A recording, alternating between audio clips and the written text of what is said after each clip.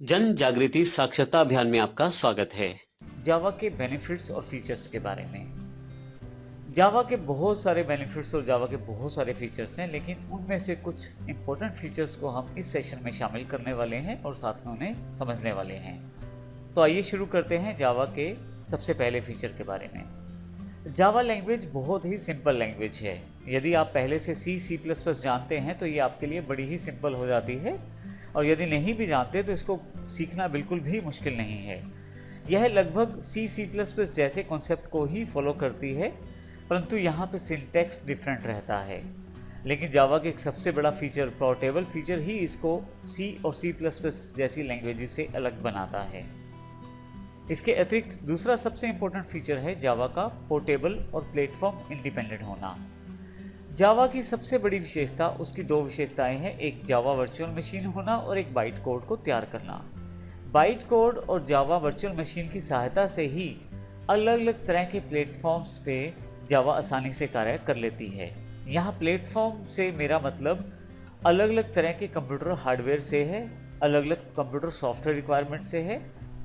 जैसे सपोज करें आप माइक्रोसॉफ्ट विंडोज़ को अलग अलग तरह के कंप्यूटर हार्डवेयर स्ट्रक्चर पे इंस्टॉल कर सकते हैं। जैसे विंडोज़ को हम इंटेल कंप्यूटर्स पे इंस्टॉल कर सकते हैं, विंडोज़ को हम AMD कंप्यूटर्स पे इंस्टॉल कर सकते हैं। उसके अतिरिक्त हमारे पास विंडोज़ 32 और 64 बिट वर्जन्स में भी अवेलेबल रहती है, और इस तरह से हमारे पास लाइनक्स, मैक, इस तरह के काफ़ी सारे ऑपरेटिंग सिस्टम रहते हैं।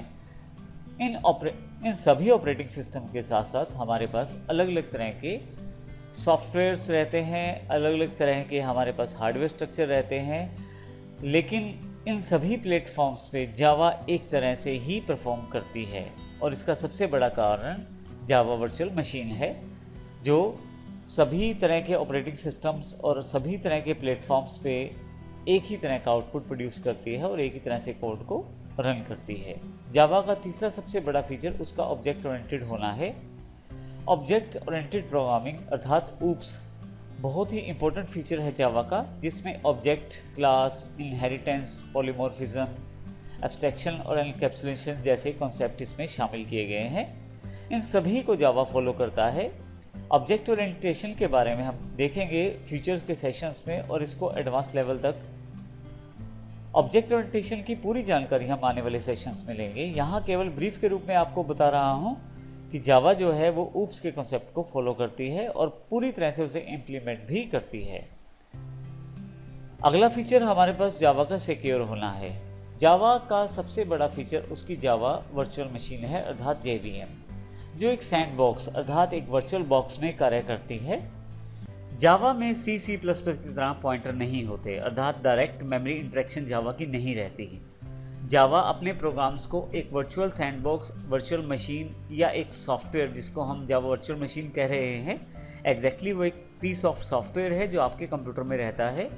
केवल इसी के अंतर्गत ही अपने प्रोग्राम्स को रन करता है जावा, जिसकी वजह से वह आपके सिस्टम के डेटा से इंटरेक्ट नहीं कर पाता और आपका डेटा बिल्कुल सिक्योर रहता है। इसी कारण से जावा साइंटिफिक और एक्सपेरिमेंटल प्रोजेक्ट्स के लिए बहुत ज़्यादा प्रयोग किया जाता है। जावा का एक सबसे बड़ा फीचर उसका रोबस्ट होना भी है।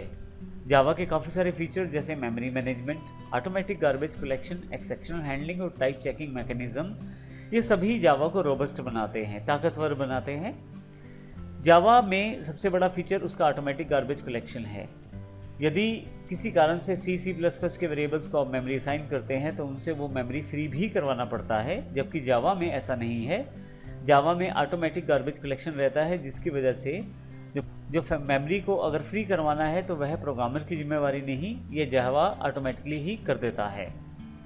इसी तरह से जावा का सबसे बड़ा फीचर, जैसे हम पहले भी डिफाइन कर चुके हैं, प्लेटफॉर्म डिपेंडेंट है, प्लेटफॉर्म इंडिपेंडेंट है। यहाँ पे आर्किटेक्चर इंडिपेंडेंसी भी जावा का एक बड़ा फीचर है। यहाँ मैं इसको एक एग्जांपल से प्रस्तुत कर देता हूँ। C++ जैसी लैंग्वेजेस यदि विंडोज़ के 32 बिट सॉफ्टवेयर पे चलेंगी तो वहाँ पे वेरिएबल्स का साइज़ डिफरेंट रहेगा, और यदि C++ जैसी लैंग्वेजेस के प्रोग्राम को आप विंडोज़ के 64 बिट वाले वर्जन पे चलाओगे तो वहाँ पे वेरिएबल्स का जो साइज़ है वो डिफरेंट रहेगा। परंतु जावा डिफरेंट आर्किटेक्चर में, चाहे विंडोज़ 32 बिट पे काम करें या 64 बिट पे काम करें, एक ही तरह के मेमोरी साइज़ के वेरिएबल्स को क्रिएट करता है, जिससे आपकी प्रोग्राम की यूनिफॉर्मिटी बनी रहती है और आप इसको आसानी से अलग अलग प्लेटफॉर्म्स पे चला पाते हैं। जावा की एक बड़ी feature integrated with high performance भी है। जावा जो है बाइट कोड्स को प्रोड्यूस करता है, जबकि सी प्लस प्लस जो है वो नेटिव कोड को प्रोड्यूस करते हैं। सी प्लस प्लस के native code direct memory, direct machine instructions रहती हैं, जबकि जावा के जो बाइट कोड्स हैं वो वर्चुअल मशीन के द्वारा होते हुए हार्डवेयर इंटरेक्शन करते हैं। तो सबसे बड़ा फीचर ये रहता है कि जावा जो बाइट कोड प्रोड्यूस करता है वो प्लेटफॉर्म इंडिपेंडेंट रहते हैं, मशीन इंडिपेंडेंट रहते हैं, वो भी उन सभी फीचर्स के साथ जैसे हमने पहले भी डिस्कस किया, सिक्योरिटी और ऑटोमेटिक गार्बेज कलेक्शन के फीचर्स के साथ। इस कारण से जावा जो है वो इंटरप्रेटेड लैंग्वेज और हाई परफॉर्मेंस लैंग्वेज रहती है। जावा का एक फीचर मल्टी थ्रेडेड भी है। मल्टी थ्रेड असल में एक से ज़्यादा प्रोग्राम्स को एक साथ चलाने से है। थ्रेड्स जो हैं आपके एक से अधिक काम आसानी से करवा सकते हैं आप जावा के द्वारा। जैसे सपोज करें आप डाउनलोड करना चाहते हैं नेट से कुछ और साथ में कुछ टाइप भी करना चाहते हैं, तो जावा इस तरह के एप्लीकेशंस को डेवलप करना, जावा के द्वारा इस तरह की एप्लीकेशंस को डेवलप करना भी बड़ा आसान रहता है मल्टी थ्रेडेड टेक्नोलॉजीज़ के द्वारा।